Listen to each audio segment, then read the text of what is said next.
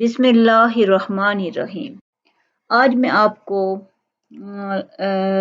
حضرت علی کی 6 نشانیوں میں سے ایک نشانی کے بارے میں بتاؤں گی۔ وہ ہے لڑائی جھگڑے کے وقت اجتناب کرتے ہیں عقل مند لوگ۔ حضرت علی نے عقل مند کی 6 نشانیاں بتائی ہیں کہ غصے کے وقت بردباری کا مظاہرہ کرتا ہے، خوف کے وقت صبر سے کام لیتا ہے، مالداری کے وقت میانہ روی سے کام لیتا ہے، اور ہر حال میں صلہ رحمی اختیار کرتا ہے، اور تقوی ہر حال میں اختیار کرتا ہے، اور لڑائی جھگڑے سے اجتناب کرتا ہے۔ اب اس کا کیا فائدہ ہے کہ انسان اگر عقل مند ہے تو وہ اس کی پہچان یہی ہوگی کہ وہ لڑائی جھگڑے میں نہیں پڑنا چاہے گا، کیونکہ آپ دیکھیں کہ لڑائی جھگڑے سے میں پڑھ کے سوائے انسان کو پریشانی کے کچھ نہیں ملتا، یہاں تک کہ انسان کی زندگی تک تباہ ہو جاتی ہے۔ آپ دیکھیں کہ لڑائی جھگڑے سے جو اجتناب کرتا ہے اس کو ہمیشہ فائدہ ہی ملتا ہے۔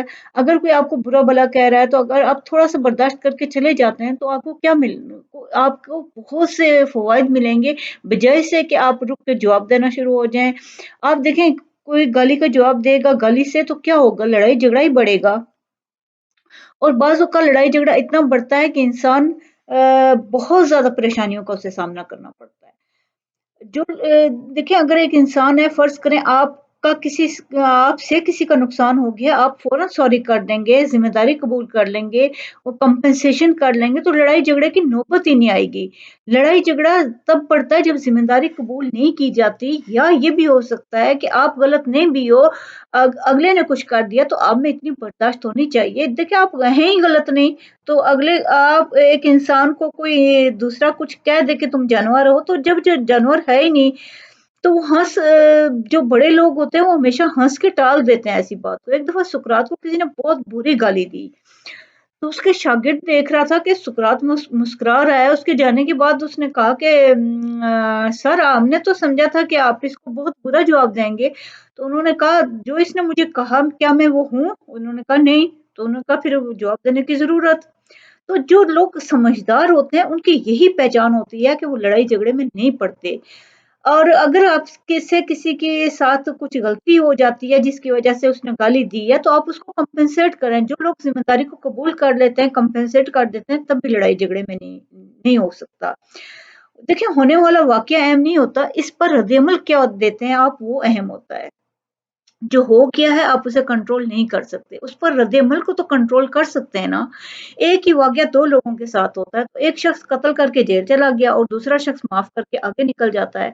ایک ہی واقعہ میں کسی کو حق نہیں ملتا تو وہ خوب محنت کرتا ہے اور ترقی کر جاتا ہے، دوسرا گالی نکال کے لڑائی جھگڑا کر کے اپنے پہلے حال سے بھی کیا گزرا ہو جاتا ہے۔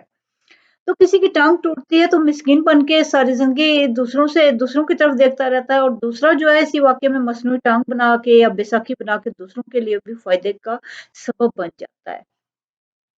تو اب ہم حدیث میں بھی دیکھتے ہیں کہ جو لوگ حضور صلی اللہ علیہ وسلم نے بھی دیکھیں قرآن و حدیث میں انسان کو اچھے اخلاق کی تعلیم دی گئی ہے، اور حدیث میں حضرت محمد صلی اللہ علیہ وسلم نے فرمایا جو شخص حق پر ہونے کے باوجود جھگڑا نہیں کرتا میں اس کے لیے اعلیٰ جنت میں گھر کا ضامن ہوں۔ یہ سنن ابی داؤد میں ہے۔ ایک اور جگہ حدیث شریف میں ہے، رسول صلی اللہ علیہ وسلم نے فرمایا تم اپنے مسلمان بھائی سے جھگڑا مت کرو، اور نہ اس سے ایسا مذاق کرو جو جھگڑے کا سبب بنے، نہ اس سے ایسا وعدہ کرو جس کو تم پورا نہ کر سکو۔ ترمذی کی ہے 1995۔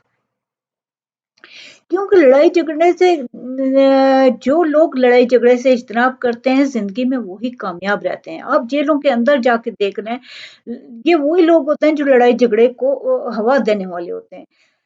ان لوگوں کی داستان سنے تو وہ کہتے ہیں اگر ہم صبر کر لیتے تو ہمارے حق میں کتنا اچھا ہوتا، آج ہم اس حال میں نہ ہوتے۔ تھوڑا سا صبر، تھوڑی سی برداشت جو ہے انسان کو بہت سے مصائب سے بچا سکتی ہے۔ ایک واقعہ میں آپ کو سناتی ہوں کہ ایک بہت بڑا بزنس مین تھا، اس سے اس کا راز پوچھا گیا، اس کے بڑے بزنس مین ہونے انٹرنیشنل سطح کا تھا۔ اس نے بتایا کہ آج سے 20 سال پہلے میں جو بزنس کرتا تھا وہ بہت چھوٹے سے درجے کا تھا، میں ایک گلی میں پھٹا لگا کر بزنس کرتا تھا۔ اس شہر میں ویسا بزنس کرنے والوں کی جب میٹنگ ہوئی تو کسی نے مجھے نہیں بلایا، میں نے ان سے درخواست بھی کی کہ مجھے بلاؤ تو صحیح، انہوں نے کہا نہیں ہم پھٹے والوں کو نہیں بلاتے۔